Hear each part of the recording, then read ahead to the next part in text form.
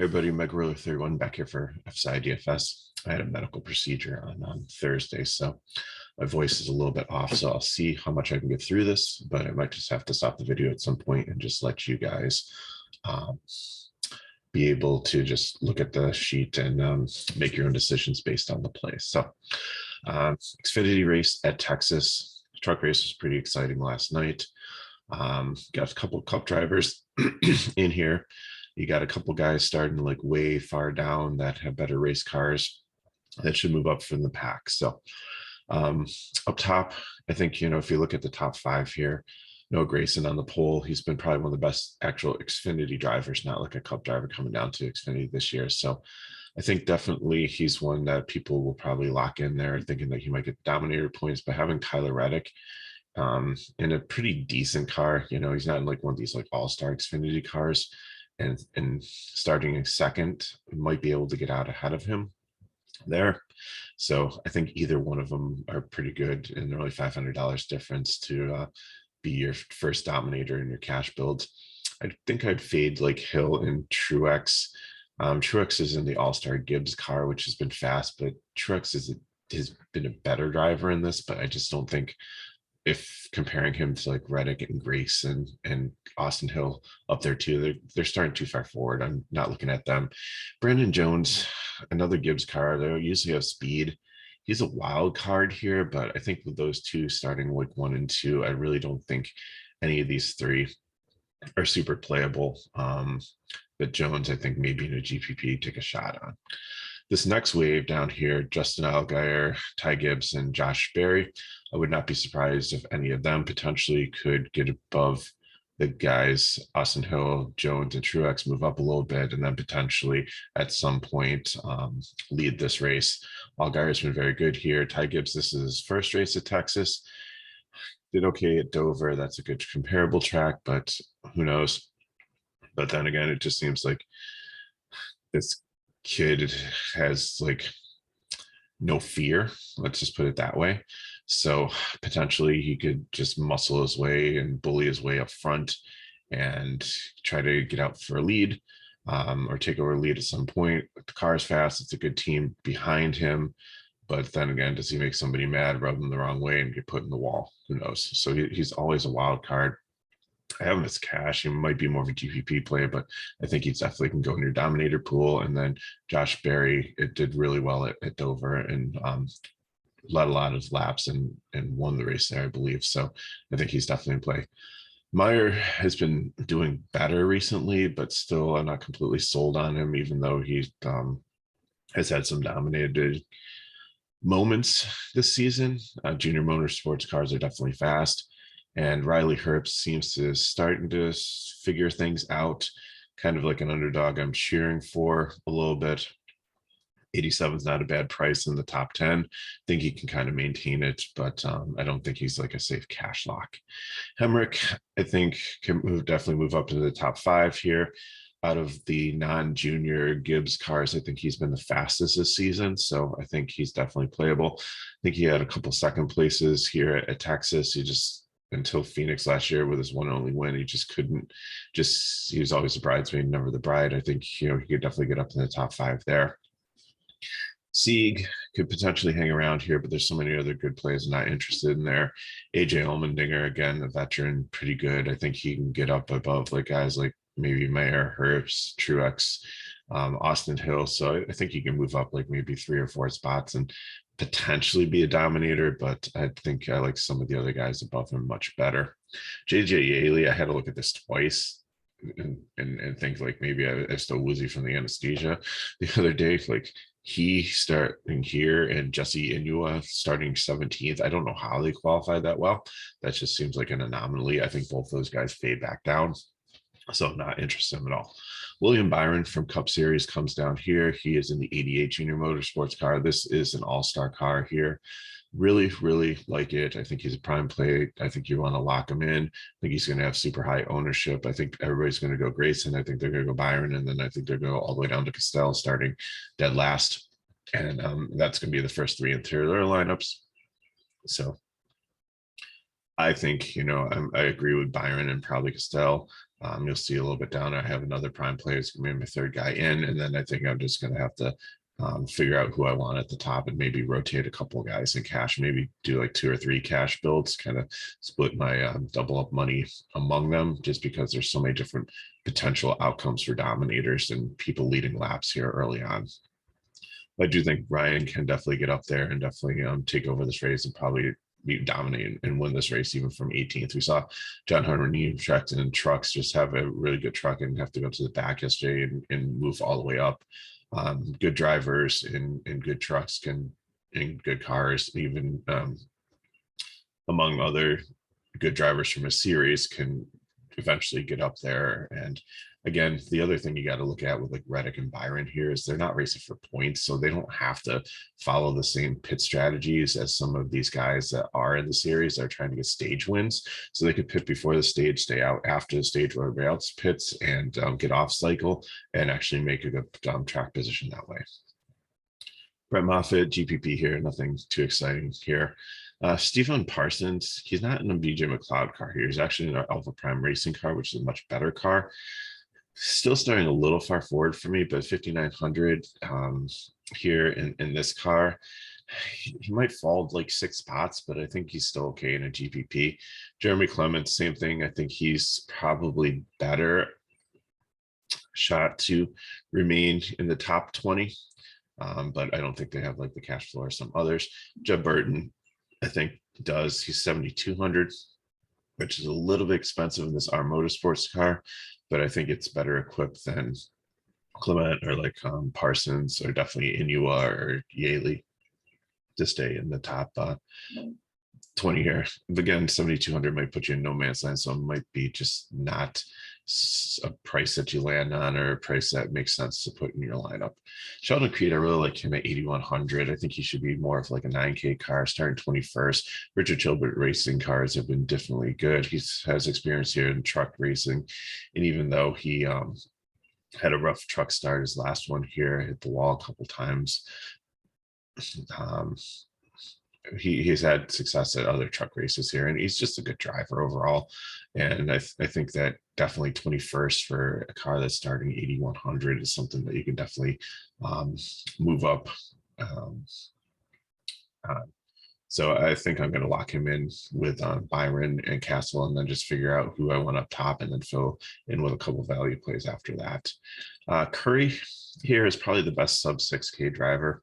22nd starting spot is a little bit high, but this is his home track, so I think that he knows it very well. And out of the guys under 6K, I think he has like probably the highest floor. So I definitely think that I'll be playing him in some cash games. Brandon Brown too, again 7-2, just like Jed Burton, is just a little high. I definitely would take Jed Burton, his equipment, over Brandon Brown. But Brandon built Motorsports has been decent. I think he can definitely stay in the top 25. So I think a little expensive for a cash play, but I can get it. Sorry, guys. We can do this. Almost do this. Josh Williams is a fade. Not interested, starting way too far forward. Mason Massey, 54 GPP. If you need him, Matt Snyder, Jordan Anderson. Would prefer if he's starting like in the 30s someplace. A little too expensive for me here. Joe Graff is just dangerous in a race car. Just fade him. Ryan Ellis, Alpha Prime Racing. I think GPP here, 67 again is a little expensive. Prefer you start a couple more spots back, and TK and I usually don't play him, but he's in the Alpha Prime car, and this is the Tommy Joe Martin car. And if Tommy Joe Martin was starting here, we'd probably lock him in. Ellis and Martin are similar drivers, so I think he's definitely okay there. David Starr, Patrick Emerson, nothing too exciting here. GPP if they fit. Ryan Vargas, TK, I generally don't play him, but especially at 57, I'd probably rather take like Emerling like right there. Just save yourself $800. Also, Bay, I think this car is definitely better in a 32 place. Not definitely his style of track, but I think he could definitely get up 5 points. Possibly could even get to the top 25, 68. Getting a little bit steep, but I think with the place differential, he can definitely be a cash play. Timmy Hill is not in the Ryan C car. He is in the MBM car here. So just keep that in mind. It's not as good a car, but I think at the price point where you're starting, you can still be a GPP. Matt Mills is probably the best BJ McLeod car. They only have 2 cars in the field, so I think that kind of helps them. And so again, if Matt Mills in this price range fits, definitely take, like, David Starr is starting 5 places ahead of him. Mills just makes so much more sense to take here. Jeffrey Earnhardt, 7,900. He's in the Sam Hunt car, which is a decent, like, probably subdivision car from it's a knockoff Joe Gibbs racing car. We've seen John Hunter Nemechek and some others have some good success in this car. I'm not sure why he's starting so far down here. Didn't have a chance, like, again, being a little bit under the weather, didn't get to fully watch like qualifying and stuff. So I don't think there's a problem with the car. And Jeffrey Earnhardt can be a decent driver. So sorry, I think he can definitely move up here with this one. So I think in a GPP, I don't think I really want to play him in cash. I'd rather play Alfredo for $300 less, 2 spots below him. But if you want to be a little bit different from everybody, and the Sam Hunt car is probably better than the R Motorsports car. And we've been saying that team, like, Brent Moffitt probably has like the #1 car here, and now that they split it between 3 cars, it just really hasn't worked for them. It seems like the priority goes to like Moffitt's, and then like Burton and Alfredo get the scraps. But Alfredo has definitely been like a top 20 driver recently. So I think he's definitely a good play there. You have CJ McLaughlin in between the two of them, 4,700. CJ McLaughlin is like, I don't think this is going to be a starting part because he's a ride in Sieg Racing. If he was in another one, he was a start and park risk beforehand, but this car really can't go anywhere. And he's the second cheapest guy next to Jesse Enua. So I think in your cash games, you can definitely throw him in safely, even if he finishes 36 with it usually being based on a 40-point scale. He's going to definitely get you at least 5 points there starting at 4,700. So I mean, you're over 1x there. I mean, that's not great, but if you look at like taking like a Josh Williams who could fall down 10 points, I mean, you're probably getting a -5. So at 4,700, I think he's just a free square. You just like plug him in there, and if he advances, then great. If he finishes dead last and loses 2 points and gets you like 3 DK points, still it was only 4,700, and it did not give you a negative. Plus, it probably got you another guy that you really wanted that fit in really well. Like I said, I really like Alfredo down here too, and then Landon Castle I think is just definitely a lock. Again, we've really been kind of off Castle, but his prices come down. 8,300 is not bad.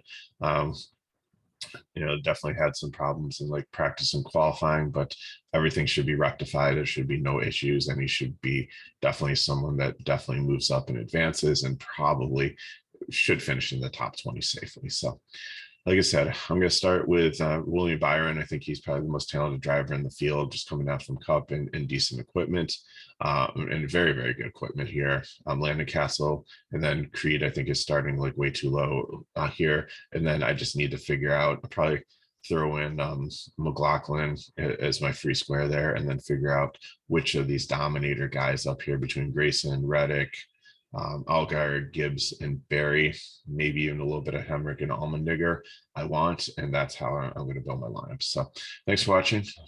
Glad I made it through this.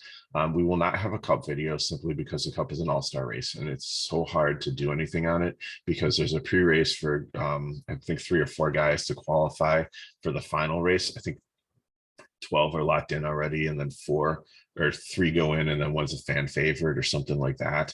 So there's only 16 cars. So here's my advice to you: do not play the 150 max, because there are people with computer programs and optimizers that have every single combination pretty much when you only have 16 drivers. and 150 entries, like you pretty much can cover almost every combination in the field. So that's just wasting money. Stick to 3 entry maxes, maybe a 20 entry max. You're going to want to stack the guys that came in. So probably the 4 guys that came in, they have the most place differential upside. There's not that many laps here to lead, so really dominating points. So you really want to try to pick the winner and then just mix and match from the back of the field. And that's pretty much how you want to build your lineup. Play a little bit so Sunday night you can just kind of chill and enjoy it, but save your money for Cup for this Coca-Cola 600, which is coming up at Charlotte next week for Memorial Day weekend. So we should have a full slate of all 3 series. Hopefully TK and I can hook back up and do the videos again, but we're glad we can at least get through this one to get this out for you today. Good luck. If you have any questions, put them in the comments below. If you want more information about FSIDFS, you can go into the bio of the video, and all the information is there in our Discord, our Twitter, our website, things like that.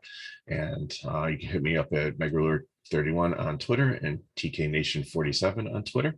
And again, thanks for watching. Please give us a like and subscribe to our channel so you know when our videos are coming out, and share with your friends. So good luck today, and we'll see you next time.